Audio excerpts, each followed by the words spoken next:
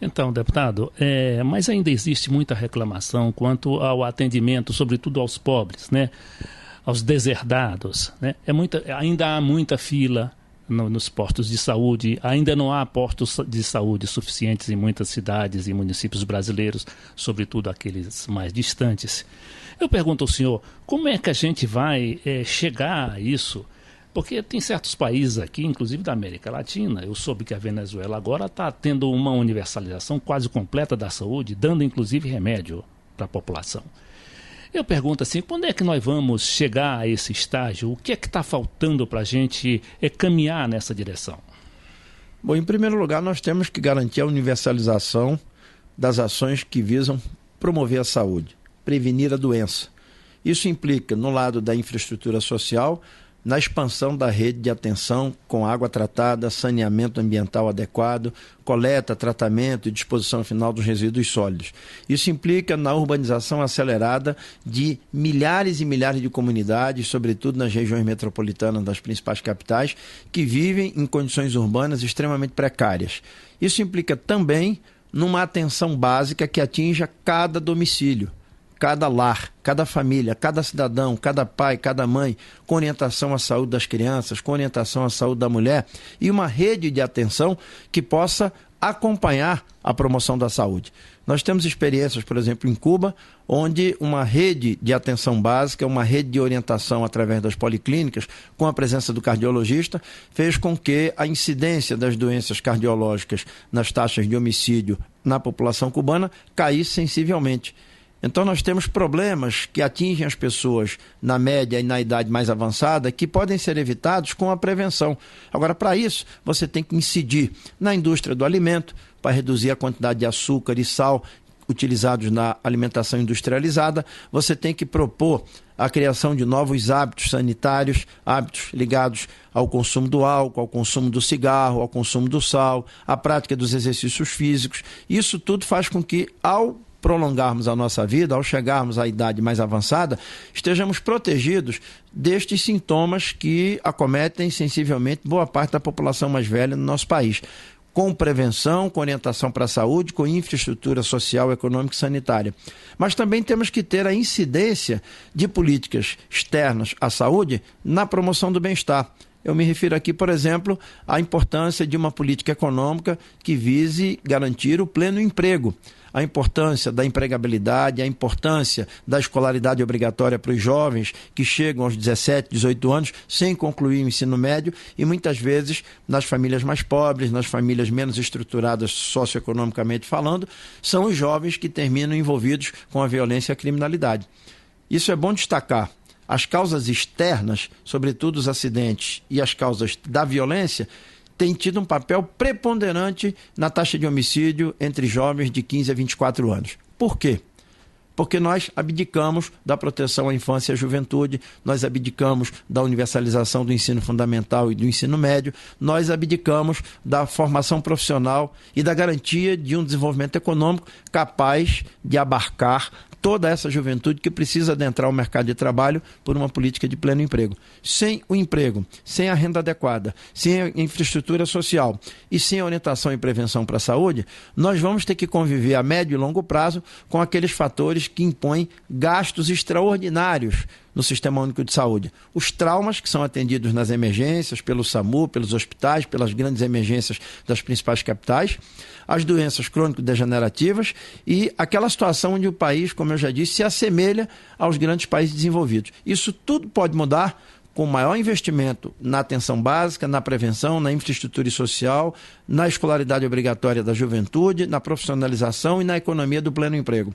Isso pode também assegurar que uma rede de atenção possa antecipar determinados problemas que hoje a população muitas vezes, quando tem um determinado acidente em casa, um jovem que está jogando bola, quebra um pé, tem uma entorse, ele sai do seu município e ele vai para um grande hospital estadual, para um grande hospital de atendimento de traumas, para um grande hospital de emergência, quando ele poderia ter sido atendido previamente por uma unidade local, uma policlínica, uma unidade do próprio município. Isso tudo implica em financiamento, melhorar a condição dos profissionais da saúde e, acima de tudo, melhorar as redes sociais de controle, os conselhos municipais e fortalecer as conferências que vão definir as metas e vão avaliar a execução do financiamento da saúde no Brasil. Nós agora, deputado Paulo Rubens Santiago, vamos falar de economia, mais exatamente de dívida pública e de juros. Eu me surpreendi, deputado, e eu acho que toda a nação brasileira, com mais essa arrancada de juros, né? Todos nós achávamos que estava numa política descendente e, de repente, o Banco Central resolve autoritariamente aumentar 0,75%, né, dos juros. Isso, ao que parece, né, já eu vi em alguma revista, provoca um endividamento, quer dizer, uma incidência na dívida pública, e parece que de algo em torno de 6 ou 7 bilhões de reais, né? Enquanto o governo briga para dar um aumento ao aposentado que só custaria mais a Previdência de 500 milhões de reais. Esse é um problema que precisa ser analisado com muita autonomia, com muita soberania pelo nosso país.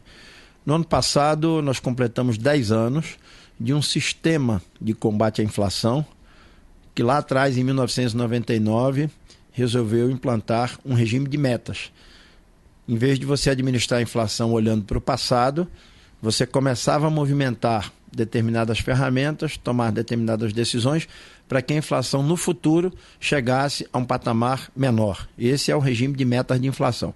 Os problemas começaram com o diagnóstico que se fez do motivo de nós termos inflação no Brasil.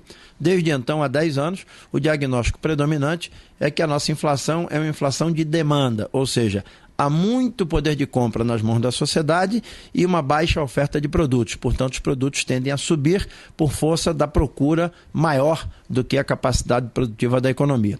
E a forma encontrada para se combater esse excesso de poder aquisitivo, esse excesso de moeda em circulação, esse excesso de capacidade de crédito, foi exatamente elevar a taxa básica de juros, a considerada taxa Selic. Isso, de um lado, produz resultados, porque torna o custo do dinheiro mais caro em todas as transações econômicas que acontecem na sociedade. Mas por uma outra distorção, que foi o atrelamento dessa mesma taxa básica de juros usada para se promover o combate à inflação, essa taxa também se manteve atrelada à remuneração dos títulos da dívida mobiliária. Ou seja, cada vez que se adota o aumento dos juros para combater a circulação da moeda e o aumento do poder aquisitivo da população, automaticamente, como a mesma taxa de juros está atrelada à remuneração dos títulos públicos, você aumenta a dívida pública. Consequentemente, aumentando a dívida pública, você vai ter que tirar mais recursos do orçamento fiscal para pagar os juros, para pagar a parte principal da dívida quando os títulos chegam no prazo de vencimento, e quando você não tem receita para pagar juro e muito menos para fazer a amortização, o pagamento da parcela principal da dívida, você junta as duas coisas e transforma em novos títulos públicos, aumentando ainda mais a própria dívida pública. Está tudo amarrado, né? Está tudo amarrado, inclusive o crescimento. Eu soube agora, que, por exemplo, que a indústria cresceu 19% ou 20% no último mês. É verdade isso? Né? Bem, nós temos trabalhado na CPI da dívida pública, ouvindo desde o ano passado diversos especialistas com excelente formação acadêmica, com muito rigor científico nas suas análises, e eu destacaria aqui alguns momentos. Um deles, quando nós ouvimos o depoimento da professora Maria de Lourdes Hollenberg Molo, titular de Economia aqui da Universidade de Brasília, e ela nos mostrou com dados incontestáveis que a permanente elevação das taxas de juros impediu o aumento dos investimentos privados na formação bruta do capital fixo, que é um indicador do aumento da capacidade produtiva do país. Nós saímos de percentuais de 20% a 22% na década de 80 e chegamos nos últimos anos, de 90 até o início da primeira década do século XXI, a percentuais abaixo de 16%. O blog cafenapolitica.com.br e a TV Cidade Livre de Brasília, canal 8 da NET, entrevistou o deputado Paulo Rubens Santiago, do PDT de Pernambuco.